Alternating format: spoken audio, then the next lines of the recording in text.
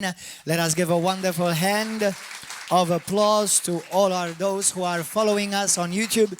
We welcome you, and I want to wish all of you fathers especially a happy Father's Day. And if you are a father, if you are a son, or if you have a father, I want to encourage you, watch this message because it will truly, truly bless you, encourage you, and it will bring healing to your heart today. Lift up your Bible with me. Hallelujah. And say this with me. This is my Bible. It is the Word of God. I believe in it from Genesis to Revelations.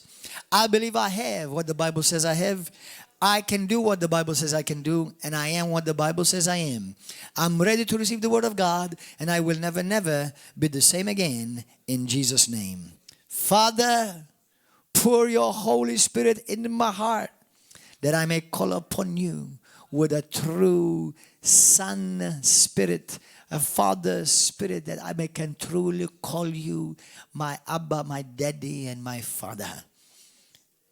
Cleanse me, O Father, by the precious blood of your dear one and only Son, Jesus Christ.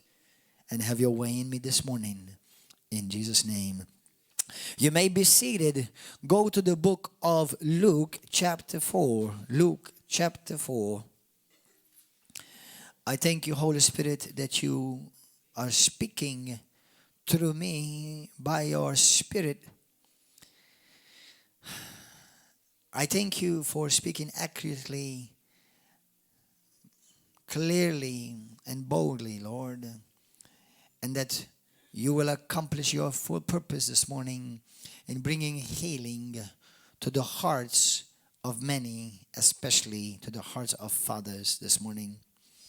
Verse 18, Jesus Christ walks into the synagogue, opens the book of Isaiah, and he starts reading the scripture that was fulfilled upon him. The Spirit of the Lord is upon me, because he has anointed me to preach the gospel to the poor. He has sent me to heal the brokenhearted, to proclaim liberty to the captives, the recovery of sight to the blind, and to set at liberty those who are oppressed, and to proclaim the acceptable year of the Lord. I want to highlight this morning the second part where it says, he has sent me to heal the brokenhearted. I want to remind you something. How many of you remember the last prophecy in the last book of the Bible in the Old Testament? Do you remember what was the last prophecy in the last book of the Bible in the Old Testament?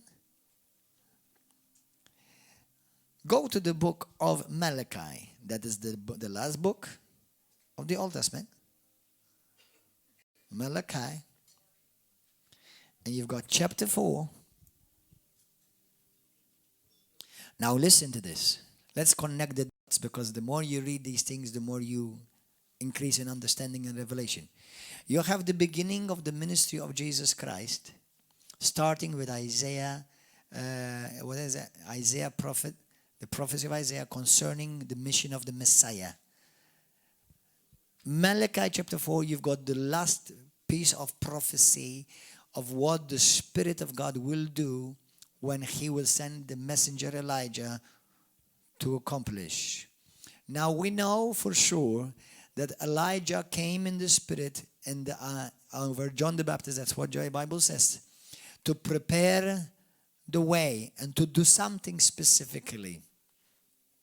And if we connect the dots, this is what it says. Let's start reading from verse 1. I like this passage anyway.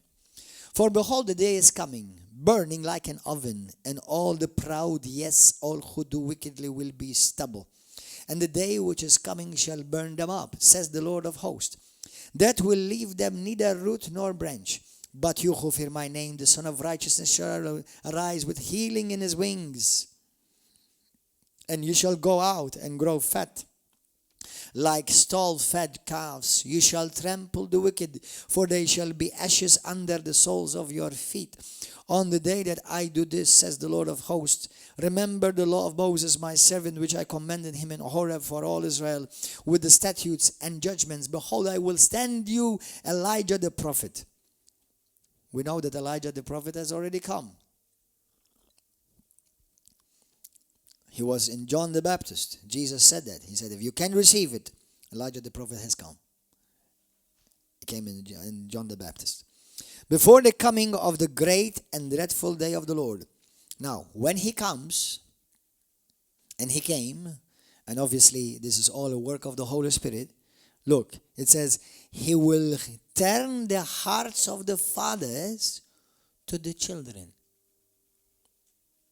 and the hearts of the children to their fathers, lest I come and strike the earth with a curse. What did we see in Luke 4? I have come to heal the hearts that are broken. Now, do you know what turn the hearts of the father to the children mean? What is the opposite? It's because the hearts of the fathers have strayed away, have become far away, split apart from the hearts of the sons. And to turn the heart of the sons back to their fathers is because many of the sons walked away from the fathers. That means the relationship between fathers and sons was not good. So, interestingly, now, God in the Bible, many times in the Old Testament, if you notice, he always addresses the fathers. Have you noticed that he hardly ever addresses the mothers? Why? Is that because only the fathers sinned and the mothers didn't? Now, listen to this. Listen to this. Both father and mother are needed equally for the well-being of every child. But the gatekeeper is the father. Now, the father cannot replace the mother. Neither can the mother replace the father. But the responsible, the head, is the father. And that's why many times God in the Bible, as we shall see in a moment, he addresses the fathers and the sins of the fathers, not the sins of the mothers. Almost makes you think like, wow, I guess the mothers never sinned, only the fathers sinned. Man, bad sinners, bad boys. No. Just like God addressed Adam and not Eve. It's not because Eve did not sin. Yes, Eve sinned and the Bible says she was deceived. But Adam was held accountable before God because he was the doorkeeper. So, today I want to talk about something that the Lord laid upon my heart about healing the hearts of the fathers. What is a father? Let's begin from there. What is a father? The word father, which also means a parent, also means senior. Now, in the world we have different types of fathers.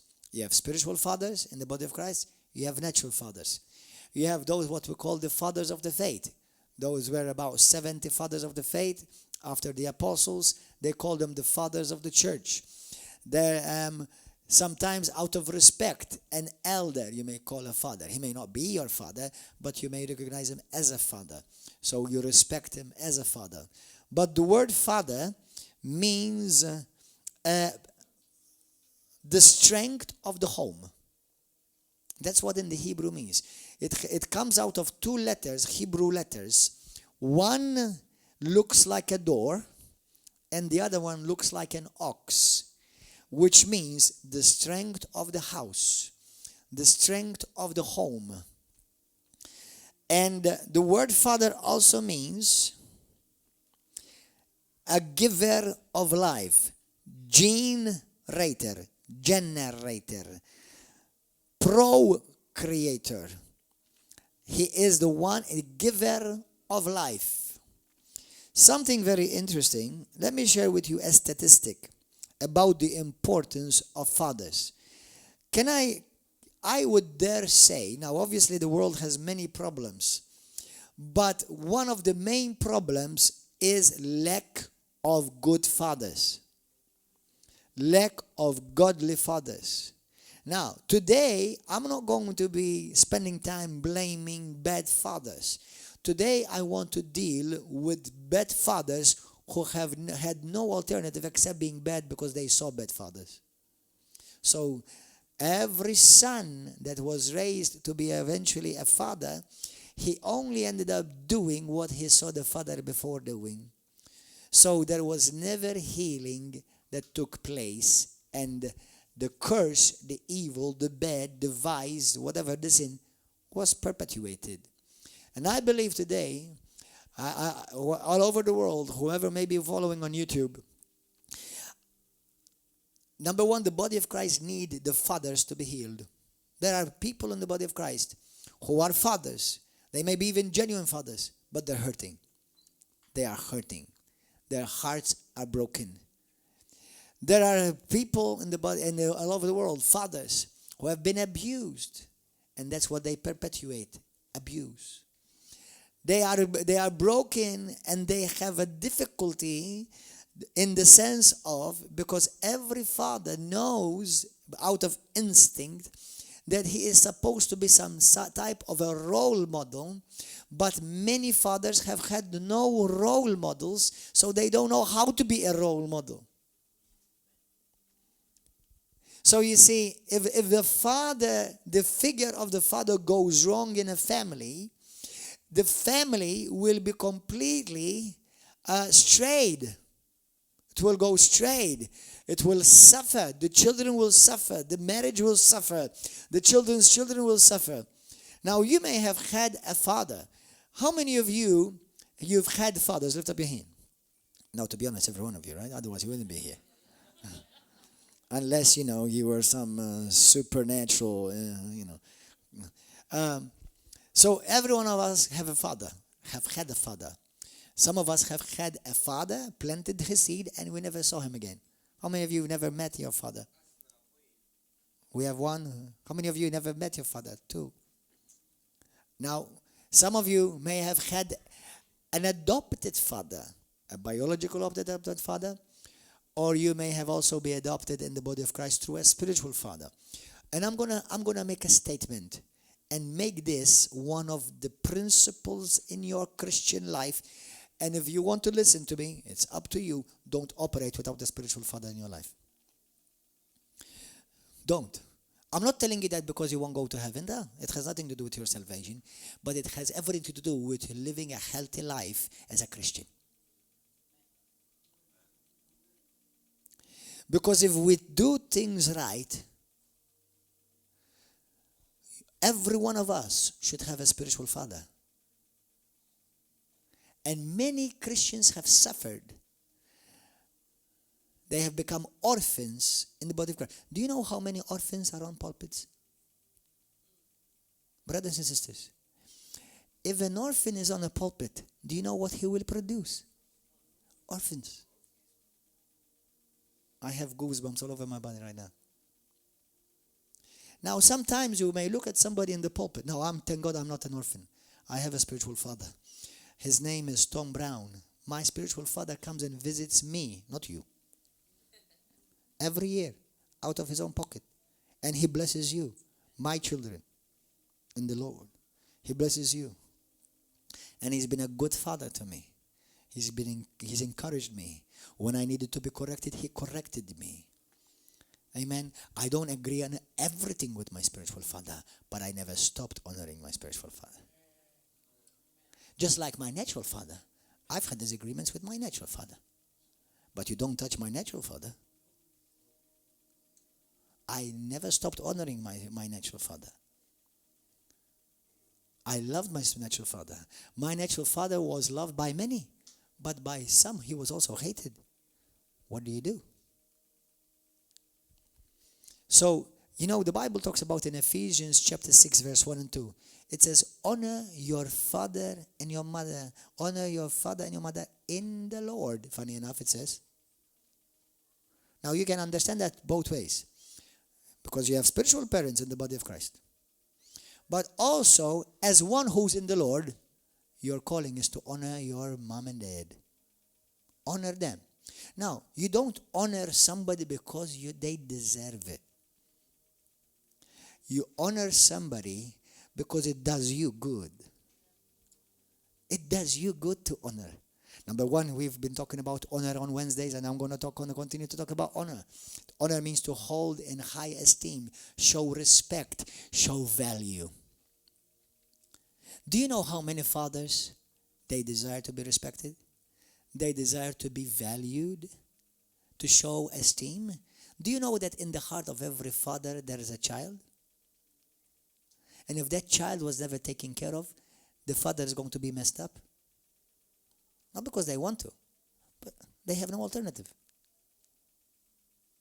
So you see, we want the sons to be okay, but we're neglecting the fathers. And the Father in heaven wants to heal fathers. Fathers have been hurt. Fathers have been abused. Do you know, me as a father, I'm a spiritual father in the body of Christ. Do you know who hurt me the most? My sons and daughters. The one that you've raised up. The one that you've loved. The one you've helped financially. The one that you were there for them. The one that you called them. The one you prayed for them in the middle of the night. Those are the ones that hurt me the most. But guess who hurts you also? The sons. Your father will hurt you. Now, most of the children that may hurt their father, most of them, they don't have evil intent, like I want to wake up this morning, I want to do something to hurt my father. Most of them are not like that. There are some people who actually plan evil and they cannot be sons. God has cut them off. You cannot regard evil in your heart. The Bible says, and then God hears your prayers. The Bible says that. So being kicked out of a church building is not the worst thing. The worst thing is being kicked out of heaven. Be careful. But just like sons, I've had brothers and sisters who tell me, Pastor, I was hurt by you. Well, I didn't intend to hurt you. I'm sorry. Forgive me. But that's obvious in a family. I look at some of you. I know Brother Mario here. He's a son to me. He's also a senior to me in the age. But I know he loves his son and he will defend him right now when his son had an issue and how he fought for him. But I also know how he argued with his son. I know both. Why? You see, that's normal in the body of Christ. Let me tell you something, brothers and sisters. I'm going to give a word to pastors, to leaders, and to ministers. Do not operate without a spiritual father in your life. You will not operate the best way God has designed for you. Because in 1 Corinthians chapter 4, verse 13, Paul says, he actually gives a loving rebuke to his children. He says, he speaks, let's see it quickly. Let's look at it quickly. I was supposed to tell you something else before, but I'll share it. Don't worry about it. So we saw in Malachi how the mission of the Holy Spirit through Elijah the prophet and continuing on to the Messiah was to heal fathers with their sons and to heal sons with their fathers. Now, I told you to go to 1 Corinthians chapter 4.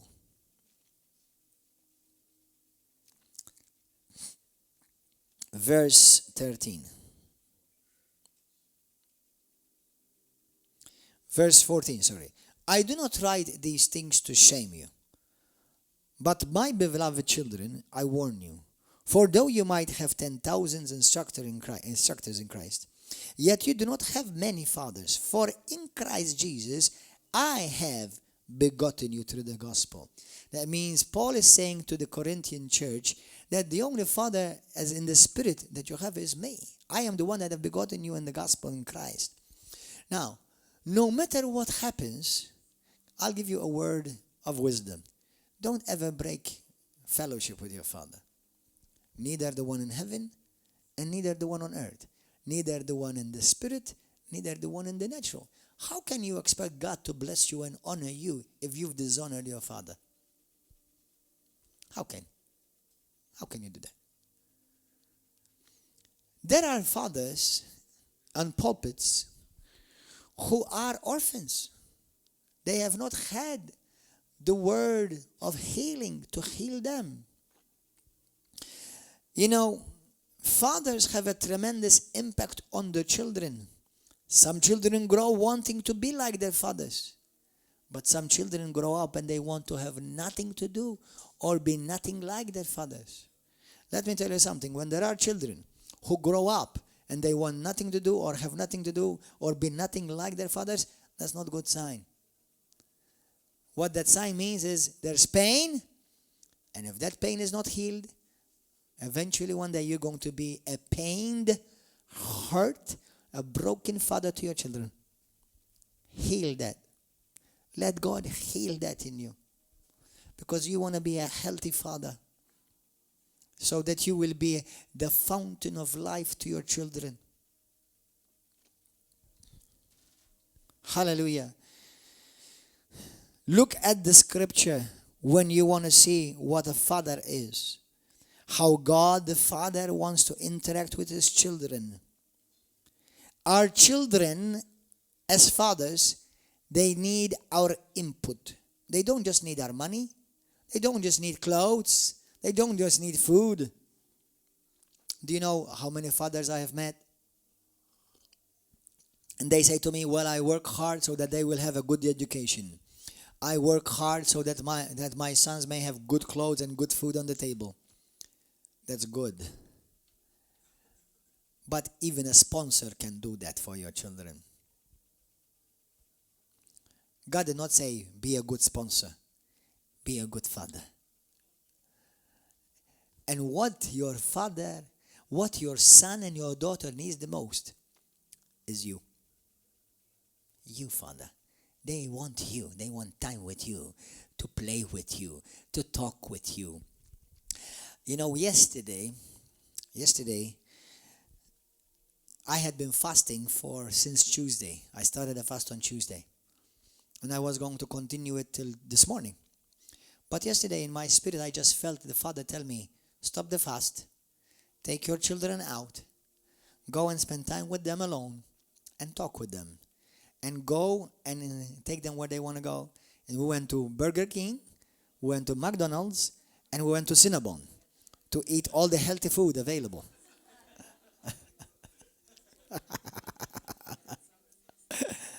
And since I ate by faith, nothing shows. Now, do you know of all the years that I've fasted, I've never eaten? We've not never, but I can almost say never. When I preach, I almost never eat before. Yesterday, the Lord, I felt him completely to tell me, break the rules. On Father's Day weekend, spend time with your children. Be with your children. Now listen, I thank God. As you can see, I don't know if you noticed, my kids, I have a great relationship with my both sons, Josiah and Matthias. And they love me and they show me they love me. They show me a lot of affection. They hug me, they kiss me. And I play with them. I buy toys that I like and I give it to them. It's true, I love toys. Not all kinds of toys, but there are certain types. And we play together. And so we have a lot of time together. But you know what? My children sometimes, as a father to them, I have disappointed them. I have hurt them. Do you think I woke up one day thinking I want to hurt my children? But listen, every father, every son, every mother is a broken vessel. There's only one perfect father. And it's in heaven. And you see, you may have been hurt by your father, whether it's your spiritual father or whether you're earthly father. But do you know why? A father who has hurt you has been hurt by his father. How many people know? I know people in the church here. A man who had problems to stay faithful in his covenant with a woman that is beautiful, giving him children and loves God. Do you know what he saw? He saw his father changing different women instead in front of his eyes. So now he's struggling to be a Christian and be faithful to his wife. Struggling. You see, from one point of view, we as Christians, we will be ready to crucify him because he's betraying his wife. He's committing adultery. And by the way, we never justify wrong.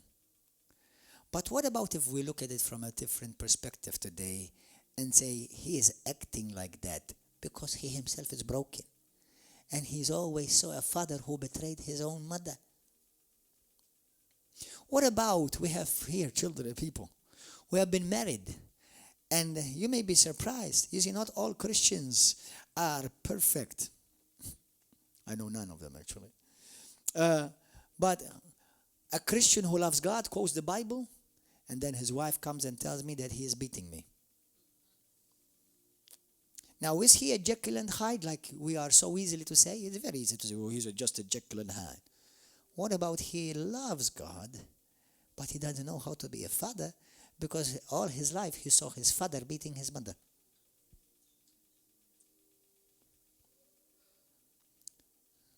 You see, a weakness in me reveals a pain in me, reveals something broken in me.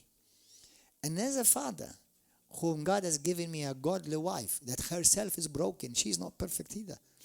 You see, God, I thank God for my wife, because God has placed my wife in my life to bring healing to me, to help me be a good father, to help me be a good husband. And God has given me my sons to be a good daddy. Because sometimes I do things, I don't know I'm hurting them. Sometimes I don't know how to be a... You see, I thank God that I had a good daddy. But my daddy was not perfect. My daddy had weaknesses. I've seen my mom and dad argue. They never fought. I'm not aware that my daddy ever betrayed my wife. My mother. But they've had issues too. They fought, they argued. And I saw that. Do you think that did not affect me? Let me tell you something. Many times I would think that it did not affect me. But let me assure you that many children will imitate exactly what they saw their father do, not say.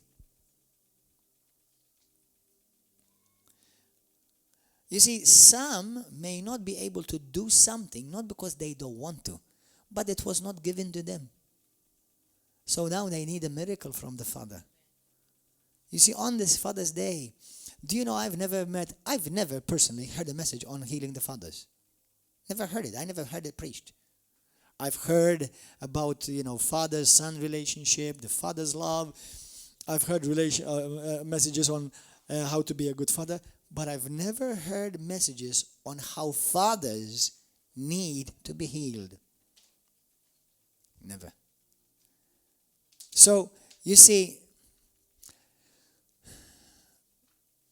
a sister in Christ, she has a problem identifying with her spiritual father. Do you know why she has a problem identifying with her spiritual father? Because she had a pastor who abused her. Now, is the abuse of that pastor good? Ever justified?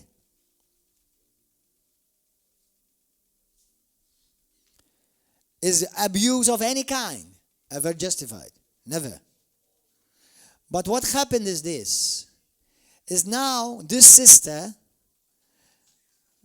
has come to a church like this, and now she has a problem trusting her spiritual father because she saw an abuse before.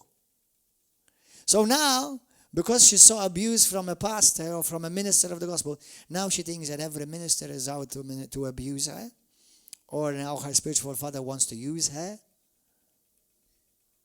Brothers and sisters, a true spiritual father, even a true earthly father, will rejoice to see you doing greater things. We rejoice to see you going further, going above and beyond what they have done. They will rejoice doing that. Not I'm saying that the mothers won't, but we're talking about fathers. Fathers, I will rejoice to see my sons and my daughters in the Lord to do greater things that I've ever done so far. I rejoice. I never feel jealous for my sons. When I see Matthew, I see Kylie, I see others whom God is using, different countries of the world, to testify of what God is doing for them. Praise God. That's a blessing to me. I get blessed. They're my sons. They're my trophies. Now, God gets all the glory, but I'm honored. I'm honored. I get blessed for it. I don't get jealous. I don't get in competition. Why are they calling him? They should be calling me. Do you understand? I don't. A father will never be in jealousy with his sons. And neither a son will ever have to feel jealous for his father. Let me tell you something. You see, a father, if things are done rightly, perfectly, I don't know how possible upon this earth, but rightly, you see, the Bible says that out of the quiver of a man, of a father, sons come out. So if a son truly has come out, like I have born you into the gospel, I born you into the kingdom, what happens is if things are done rightly, you will do greater things from me by default. Why? Do you know why? Because I have started here, I've stopped here, and you are going to continue from here onwards, from my shoulder onwards. But if you did not have a father, a spiritual father, or a good spiritual father, or you did not have a good father, you have to start from digging from the well. You have to start digging from the very bottom. And God has given fathers so that they will clear the way, prepare the way for the sons. Many sons don't have that privilege that their way has been cleared for them. When I say sons, daughters included. Okay? So many sons, what they're doing, they have to recover or make up for what their fathers don't give them. But sons, can I tell you something? It's because that father also had to dig his own well. That father also himself had to start off from the beginning because his father also did not prepare it for him. Well, where is it going to stop? Let it stop today.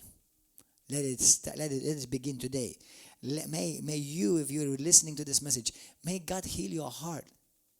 I know if you've, pastors, now, thank God, I've walked by the grace of God. He has kept me. I've walked holy.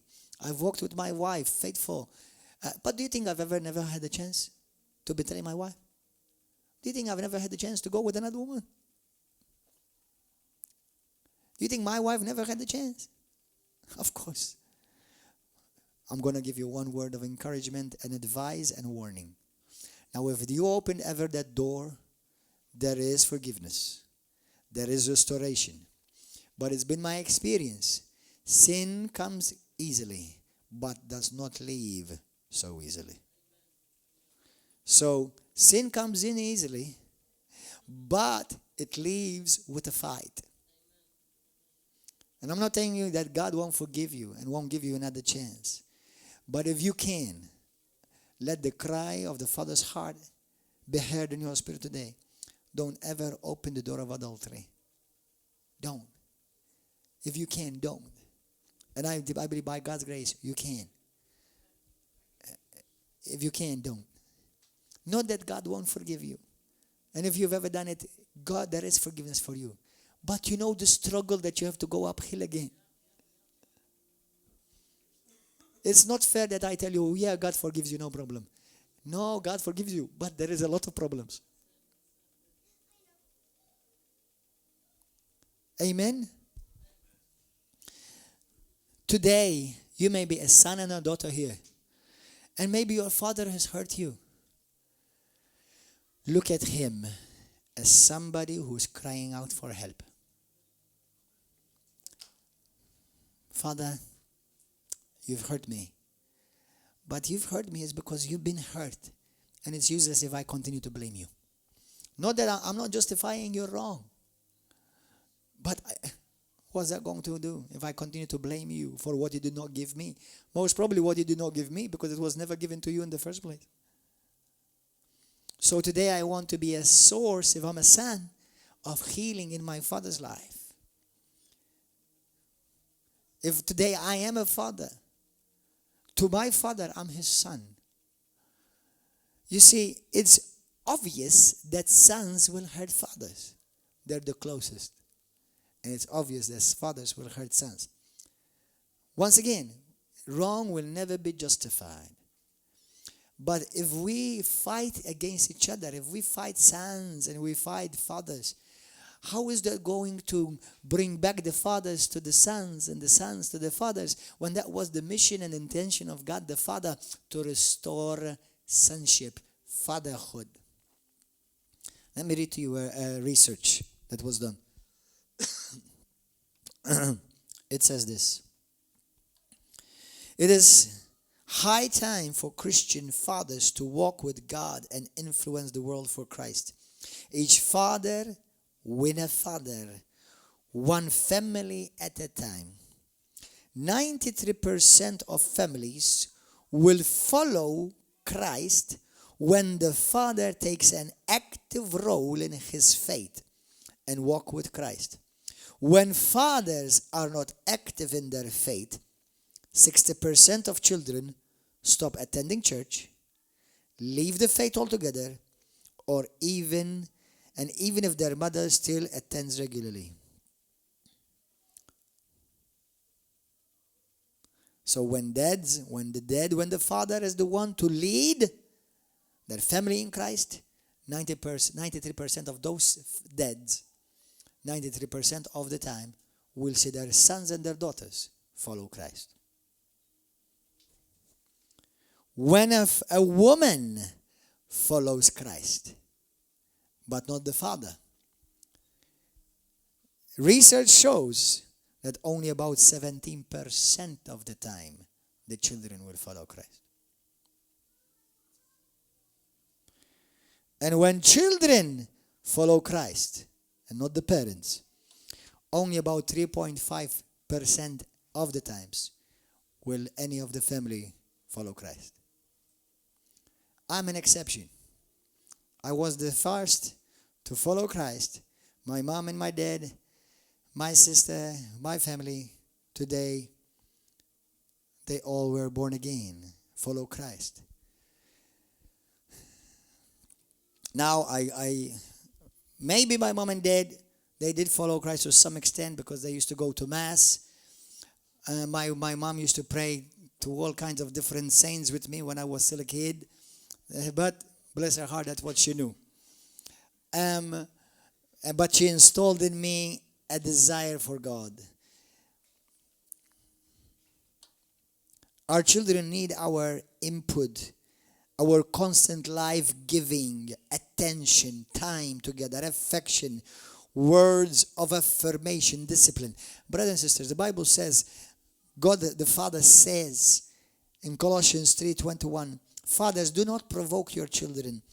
Do not be a discouragement to them, so your children will not walk away from God. Like I can be a source of life and encourage my children, I can be a discouragement to them if I am too harsh with them. Now, interestingly, God the Father says, you fathers discipline your children. So that's a role that we must do as fathers. But be careful how you do it. Don't just discipline your children. Be with them. Speak words of encouragement to them. They need you, Father. They need your attention. I remember one day, we had a family here. And the wife came to me. She said to me, my daughter has a lot of issues. She can't stick to one boyfriend. Till this day. From one boyfriend to another, from one boyfriend to another. Being baptized once, being baptized twice, because she thought maybe, if she gets baptized the second time, she'll get it. And the Holy Spirit spake to me, the problem that she has is she never connected with her father. And I went to talk with her and with her mother, and both were in tears. Because the father was just a figure in the home, but was never a source of life to the daughter. And do you know what the daughter wanted? And her daddy, headless daddy, even though he's called the head, but without a head, all he did was work, and when he comes home, watch football. He did not involve himself in getting interested in the life of his daughter. And his daughter was craving to be with daddy. When a woman is going from one relationship to the other, we may say, whoa, she's a prostitute. Oh, she can't still, she just loves one sex. Most of the time, if not all the time, she lacks that father figure. She lacks that father affection. Today, there are people in the body of Christ, including ministers, They are trying to bring life to others. And thank God for the grace of God, because that makes up for things that we've missed in life. But they have not had a father, so they're operating as an orphan. Brothers and sisters, can I give you a word of encouragement? There is a father in the body of Christ for you, somewhere for sure. When 2.5 years ago, I was in a conference of Maldonado, Guillermo Maldonado, bless him. I don't know if you'll ever watch this video, but if you do, God bless you. I call you a father in the faith because you're a great example to me. But he called me out and he said to me, you are a father in the body of Christ. He had not talked to me yet. He said to me, you are a father in the body of Christ. And God has called you to be a father to many who are ministers and they are fatherless. People who are already in the preaching the gospel. God has, and you know how many since in these last 3 years, people who are already in ministry, they've come to me and they say to me, Pastor, God has showed me that you are my spiritual father. Now I tell you, Satan has fought that. I'm telling you, Satan has fought that. Because listen, if the father means the source of life and the giver of life, why would Satan want you to have life?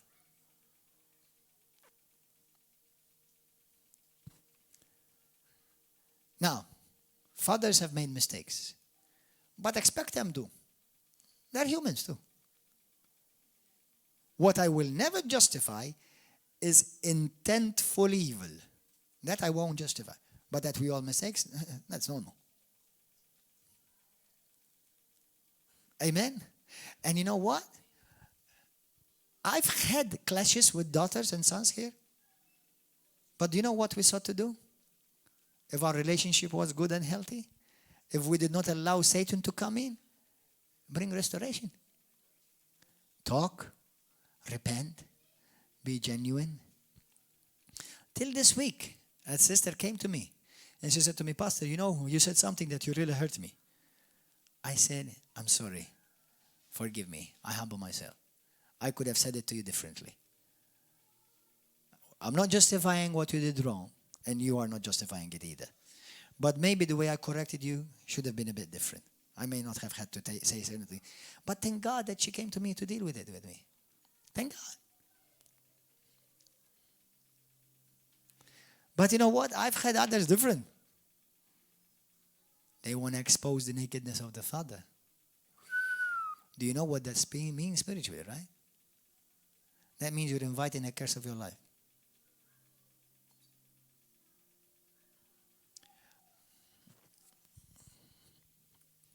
When I have sinned, do you know sometimes I may have sinned against my own beloved sons, whom I love so dearly. And you know when they say to me, Daddy, you've hurt me. You know what I do? Since they're this size, unless we're sitting down, but if since they're that size, I sit down, I kneel down before them, I hug them, and I say to them, I'm sorry, son, I've hurt you. I don't intend to hurt you. But remember, your daddy is not perfect.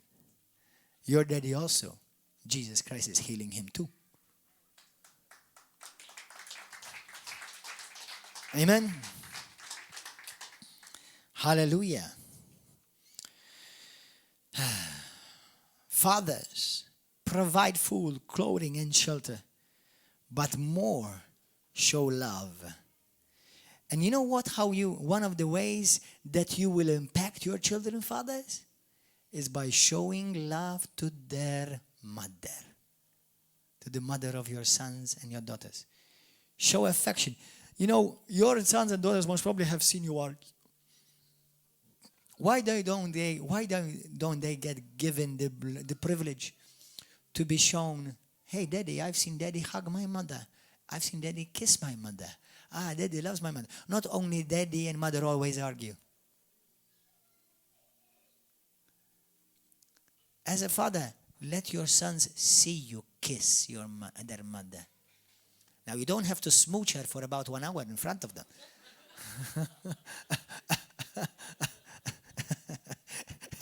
My sons, thank God, for now, when they see somebody kissing them, they go like this. Well, I hope it will last for some more years.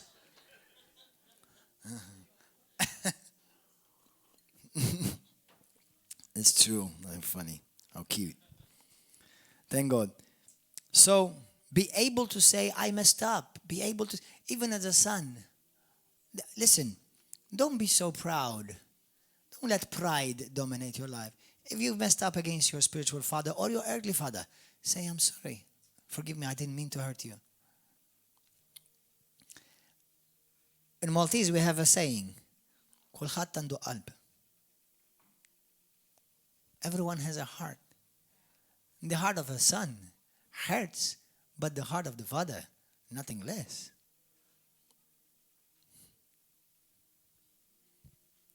Amen. If I made a mistake, I apologize. Forgive me. Provide emotional support. Ready to do sacrifices. Some fathers, they will do sacrifices for their football games, for their political meetings, for their extra hours of work, for promotions. But when it comes to making sacrifices for their children, to be with them, play with them, have fellowship with them. You fathers who have big daughters now, go on a date with your daughter. I'm not telling you to do something out of line.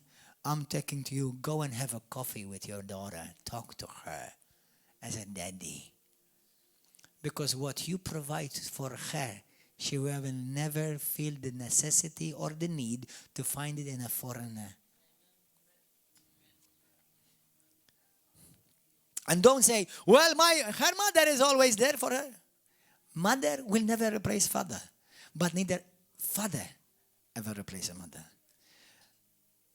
God has given both the father, the man, and the mother equal responsibility in what they can input their child. But I believe concerning the door, the spiritual door in a family, I think from Scripture, if you want to contradict me, I'm not going to argue, but I think from Scripture, because God always deals with fathers. They have something extra of responsibility concerning the guarding of their home. Fathers, wake up, rise up to your calling. Go to the book of Genesis 9. Genesis 9. Brothers, beloved brothers, to you, I'm a spiritual father. But if you are a father, today I want to bless you and I want to speak healing into your heart.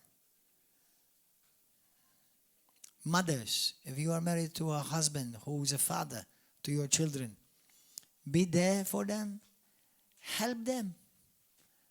Help them. Don't cuss them up and call them all kinds of names. Help him. Help him be a good daddy.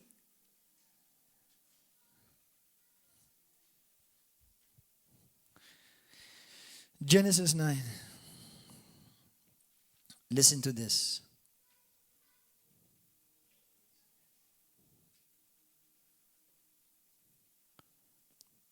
Verse 18. Let's start from verse 18. Listen to this principle. We've heard messages on forgiveness, love, forgive one another. You know, sometimes you need to forgive your dad. You need to forgive your father.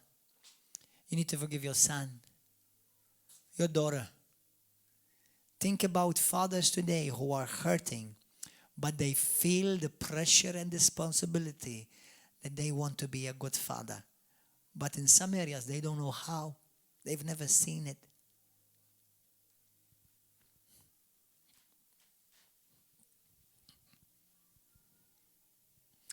Verse 18. Now the sons of Noah who went out of the ark were Shem, Ham, and Japheth. And Ham was the father of Canaan. These three were the sons of Noah, and from these the whole earth was populated. And Noah began to be a farmer, and he planted a vineyard.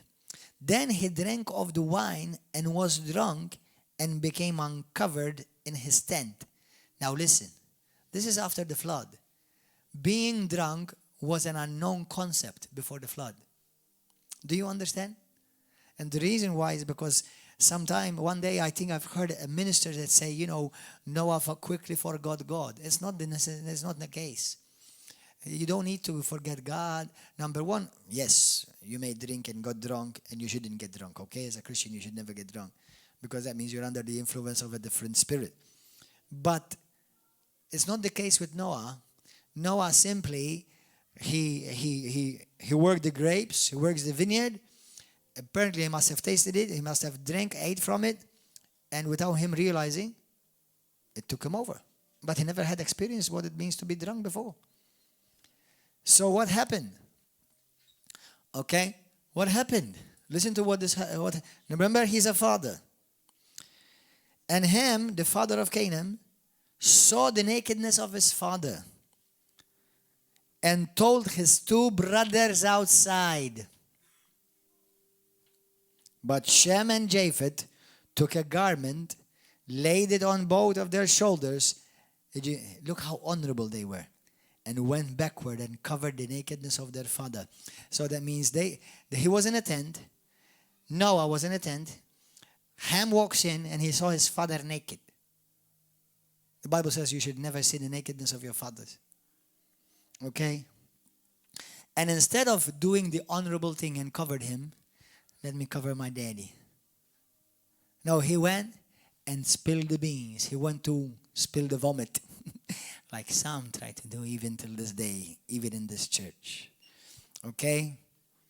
Remember, Noah was not intending evil, but it was something that was out of line. And he went and told his brothers. And the Bible says that his brothers, Shem and Japheth, grabbed a large piece of cloth. They walked backwards so they will not see his father's nakedness, and covered him. That's called honor. Now look what happened to them. Their faces were turned away, and they did not see their father's nakedness. But Noah awoke from his wine and knew that his younger son had done to him what he had done to him. Then he said, look, cursed be Canaan, a servant of servants. He shall be to his brethren. He said, blessed be the Lord, the God of Shem and may Canaan be his servant. May God enlarge Japheth, and may he dwell in the tent of Shem, and may Canaan be his servant. What happened? Ham was cursed. Today we think that, there's a pastor, he did something wrong. Let's go and tell everybody about it. What about if he actually had nothing to do wrong, but in your eyes it is wrong? Do you think God is going to bless that? Let me tell you something, brothers and sisters. My dad on earth was not perfect. If he ever did something wrong, I would not go and tell my neighbors about it. I will keep it inside our house and sort it out. You know why? Because I love my daddy. I only had one on earth. If you do things right, you only have one spiritual father. But what happened? When he did that, a curse was attached to him for the rest of his days on earth. But those who honored their father, they were blessed for the rest of their days on earth. Let me tell you something. You may not agree on everything with your spiritual father, but that does not give you any excuse before God to stop honoring him.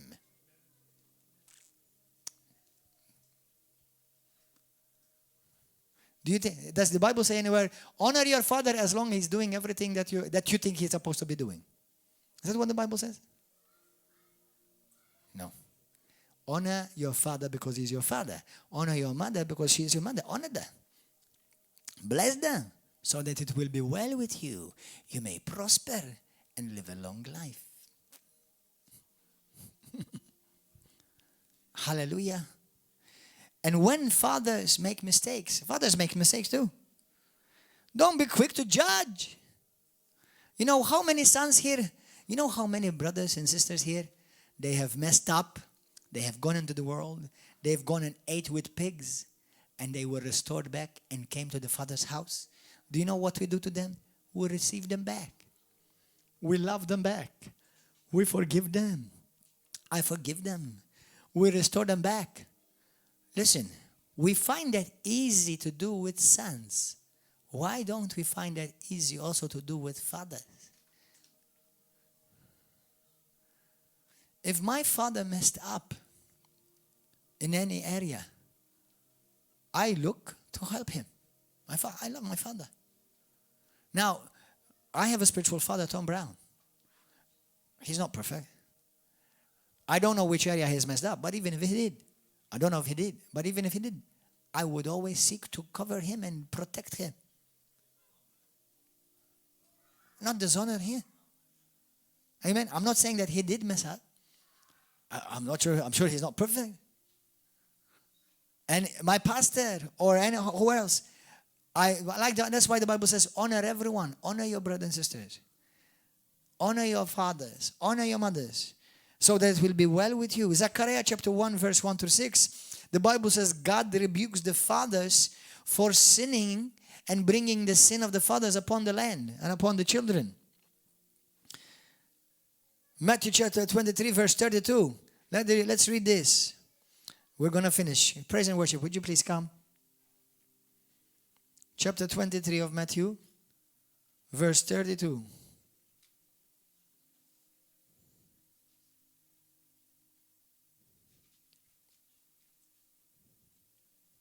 We're going to pray for you all, guys. Therefore, you are witnesses against yourselves that you are sons of those who murdered the prophets. Fill up then the measures of your father's guilt. This is Jesus speaking. This is not under the law. This is in the New Testament. Under the New Covenant. That's why I'm saying, brothers and sisters, let us be people who seek to also see fathers healed, not just sons healed. There are fathers who need healing. You know, there is a father in this land, a pastor in this land, who one day, he did something terrible. He did. Do you know how many people came against him to break him? I'm telling you, and it is supposed to be the church who's supposed to help him.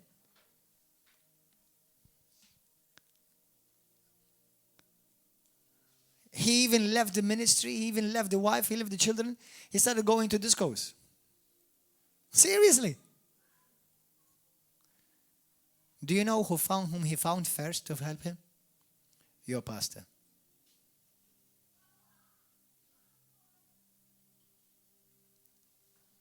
I was there to help him, to restore him. What he did will never be justified. It was forgiven by God. It was not easy for him to get everything restored back into restoration. It was a process. That's why I tell you, sin comes in quickly, but does not leave very quickly. But we are called, every one of us has a ministry. It's called the ministry of reconciliation. My first ministry is not apostle, pastor, prophet, teacher. My first ministry is helping brothers and sisters be reconciled to the Father and be reconciled to the body of Christ. Never be found with a finger pointing somebody. Never. Because we're not called to be the accuser of the brethren. We're called to be the restorer of the breach. Amen. Hallelujah. Are we ready to pray?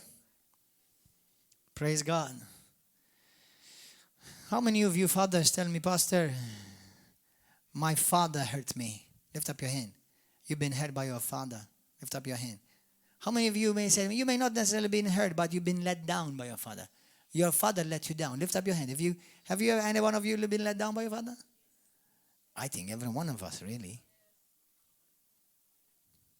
Not that I'm not telling you that my father was terrible or was a monster. I'm just telling you that in some areas he did let me down. And I don't want those things to be perpetuated and taken into over my children. I want to bring healing in that line so that I will be a healthy father to my sons and daughters. Amen? We're going to pray. And I want to speak life into your hearts. And if you are watching by YouTube, I want to speak life and approval and words of encouragement, words that will build you. If you know, there have been fathers, instead of building their sons and their daughters, they have destroyed them with their mouth, with their tongue. They may not have abused them sexually, thank God, but they may have abused them emotionally, psychologically. And Jesus wants to bring healing in that area.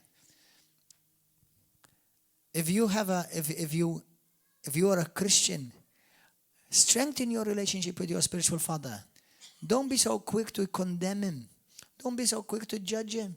How is that going to make you look good in the sight of God? He may have genuinely hurt you. But what about if you were hurt without him ever intending to hurt you? That's why you pray for your spiritual father. Pray for your earthly father. Let's pray. Let's pray. If you need healing in your life because of abuse of a father, or maybe your father neglected you, abandoned you, left you, I'm going to ask you all to, first of all, let's all stand. Let's do this. Let's all stand. And if you are somebody who need healing in your life, you need healing from being hurt from a father physically or emotionally or spiritually, from a spiritual father, from a pastor, from a minister, I'm going to ask you to come forward. Come forward. Actually, everyone, come forward. You may all come forward if you wish, as I'm going to speak the Father's blessing over you. Come. Hallelujah. Thank you, Jesus. So karana mamaradia so sonara mi mama kolara da baba sikiti dira babara shokoro dobo sokondala rabasaya. Hallelujah. Come forward. Let's worship the Lord with some song if you have a song. Come, brothers, come. Sorry de balamana rasi Sundarana mandiri abanira baso.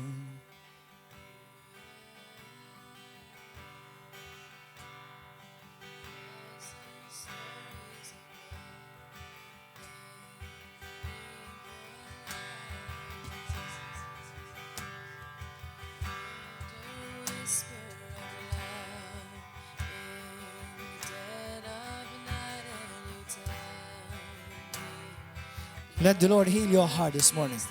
Let the Lord bring healing to your heart. And where the Father may have let you down. Father, it's who you are. It's who you are. It's who you are. Now if you are a father here today, I want you to come forward. I want to pray for you. If you're a father, I want you to come forward. Come, I want to pray for you as well.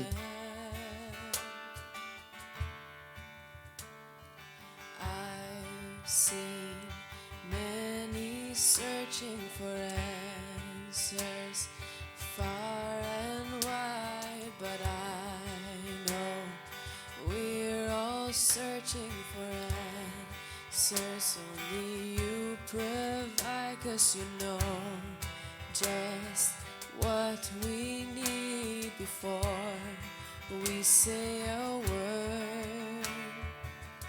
You're a good Father.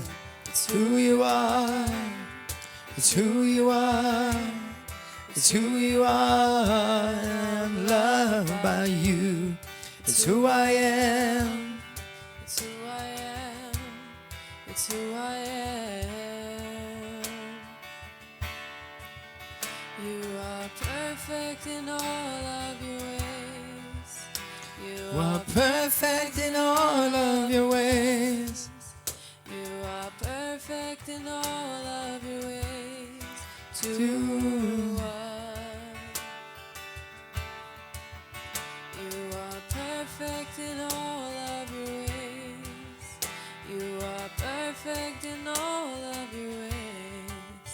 You are perfect in all of your ways to us. The Lord says this, verse 13 in Luke 11. If you then, being evil, know how to give good gifts to your children, how much more your heavenly Father give the Holy Spirit or give good gifts to those who ask him. In the book of James, chapter 1. Hallelujah. Thank you, Jesus. Every good, verse 17, every good and every perfect gift is from above and comes down from the Father of lights, with whom there is no variation or shadow of turning. So God the Father has good things for you, and he loves you. And the love which you may have not received from your earthly father, the heavenly Father will make up for that. But today also, if your earthly father has not been the ideal father that you may have desired, forgive him. Pray for him. He may not have anybody else praying in this moment for him, but you are. And we want to see our fathers. Many of us who have not seen our fathers come to the Lord yet. And we wish to see our fathers come to Christ. We want to see our sons come to Christ. If something depends upon me to see my sons and daughters come to Christ, then may the Father help you to do it. Hallelujah. And as fathers, I charge you today in Jesus' name. Take up the baton. Take up your standard. Hallelujah. Be a mighty father, a strong father, a blessed father. Do not be afraid or ashamed to apologize, to say, I'm sorry. If you don't ever think that it's too late, it is not too late. As long there is life, it's not too late. Hallelujah. Let's pray together. Say, pray this way. Pray together with me. Say, Heavenly Father, I thank you for your perfect love. You are perfect with your love towards me. And your love heals me. Your love heals my heart this morning. As a son, I ask you, heal my heart, Lord, as you are my perfect Father. Heal my heart, oh God, wherever my heart needs healing. If I've suffered abuse, neglect, abandonment, words that were harsh spoken over my life by my father, or by my absent father who was never there to give me words of affirmation and encouragement. Lord, I need healing in my heart. Heal my heart. I forgive my father where he may have missed it, where he may have hurt me, maybe in ignorance. Lord, I forgive my father. If I, as a father, have hurt my sons, my daughters, if I have not been the best father to them, I ask you, oh God, forgive me and give me the grace to make up for the areas that I've messed up. I humble myself, Lord. I humble myself, Father. Lord, your word says, if I humble myself, you will lift me up in the opportune time. And I thank you, Lord. Now I want to say a word of affirmation and blessing over every one of you as sons and daughters. And I want to release your destinies of blessings. I call you a son. I call you a son in the faith. I call you a son and a daughter. You are a blessed daughter. You are a blessed son. Every negative word spoken over your life, I cancel it, I nullify it, and I bring it to naught in the mighty name of Jesus. And I decree and declare, son, that you will do great and mighty things, for nothing is impossible with you, and nothing shall be impossible for you. Because you have the seed of the Father inside of you, and because you, as you have learned to honor your Father in heaven, your Father in earth, your Father in the faith, you shall live a long life. I declare over you, daughter and son, that with long life you will be satisfied, and God will show you His salvation. I decree and declare that you are blessed, and whatever you shall put your hands to, It shall be blessed, prosperous, multiplied in Jesus' name. I decree and declare that you shall no longer crave for those things which your father lacked to give you, because I decree and declare in Jesus' name that wherever your father of this earth, whatever your father in the spirit may have lacked, God will supply in abundance over your life in Jesus' name. Hallelujah. I call you blessed, highly favored, hallelujah, talented, sharp-minded, with a good heart. You have a good heart. You love God. You're loved by God. You're loved by the Father. You're loved by me as your spiritual father in this place. And I desire good things for you. I bless you. I call you blessed. I call you talented. I call you beautiful, smart, attractive. Hallelujah. I call you healthy. I call you strong. I decree that you will operate in good health in Jesus' mighty name. You, my son, you, my daughter, I declare in Jesus' name that every hindrance that the enemy has brought against you shall be removed, shall be broken in Jesus' mighty name. Every lack of self-confidence, today in Jesus' name, you will receive God confidence in you, because nothing shall be impossible for you, for God is with you. I decree and declare that the seed of greatness is over your life in Jesus' name. You have the love of God inside of you. Hallelujah. I thank you, Lord, because as your life flows through me, Lord, so now the life of God flows into these sons and daughters today in Jesus' name. Hallelujah. Lord, if there's somebody that's sickness, maybe even chronic disease, pain, chronic pain, pain in the joints, somebody's being healed from pain in the joints right now. Somebody is being healed from rheumatitis. I hear rheumatitis in my spirit. In Jesus' name, God is healing you right now. Lift up your hands, start praising God. In Jesus' mighty name, I call you blessed, highly favored, surrounded with favor in Jesus' name. I decree that from this season onwards, things shall become more easy for you. You shall see your dreams accomplished. You shall see your dreams come to pass.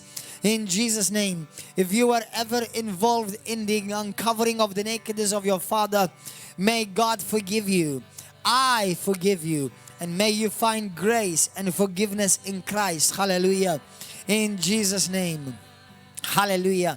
I declare supernatural financial blessings over your life, that you will no longer have lack, but you will have abundance, and you will always have enough to pay your bills in Jesus' name, but also to your blessing. Hallelujah. To your family and those around you. In Jesus' name, in Jesus' mighty name, in Jesus' mighty name, in Jesus' mighty name, in Jesus' mighty name, in Jesus' mighty name. Life, I decree life, life in the name of Jesus, in Jesus' mighty name, in Jesus' mighty name, in Jesus' mighty name. Hallelujah, hallelujah. Thank you, Father. Thank you, Jesus. None of you, not one of you will be an orphan in Jesus' name. You are sons and daughters in the house of the Father in Jesus' name. In Jesus' name, I declare healing, wholeness in your body in Jesus' name. Every sickness and disease will no longer torment you. Check your body, check your pain. If you had pain in your body, check it in Jesus' name. Hallelujah. Yes, hallelujah. Sing it.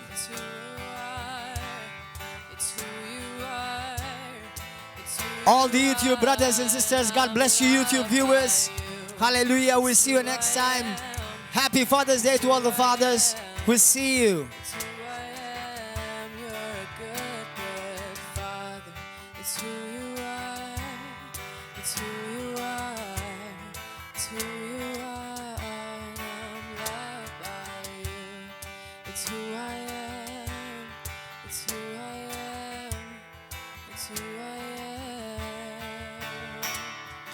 Perfect in all of your ways. You are perfect in all of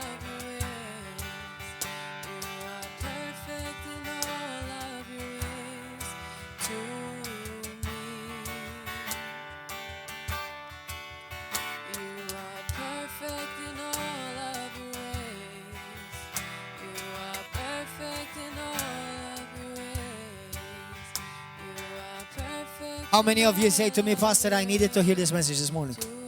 Hallelujah. God bless you, brothers and sisters. Have a Father's Day. Wives, mothers, give a wonderful day to your husband, to your fathers. Be a blessing. Hallelujah. And see you on Wednesday. Blessings.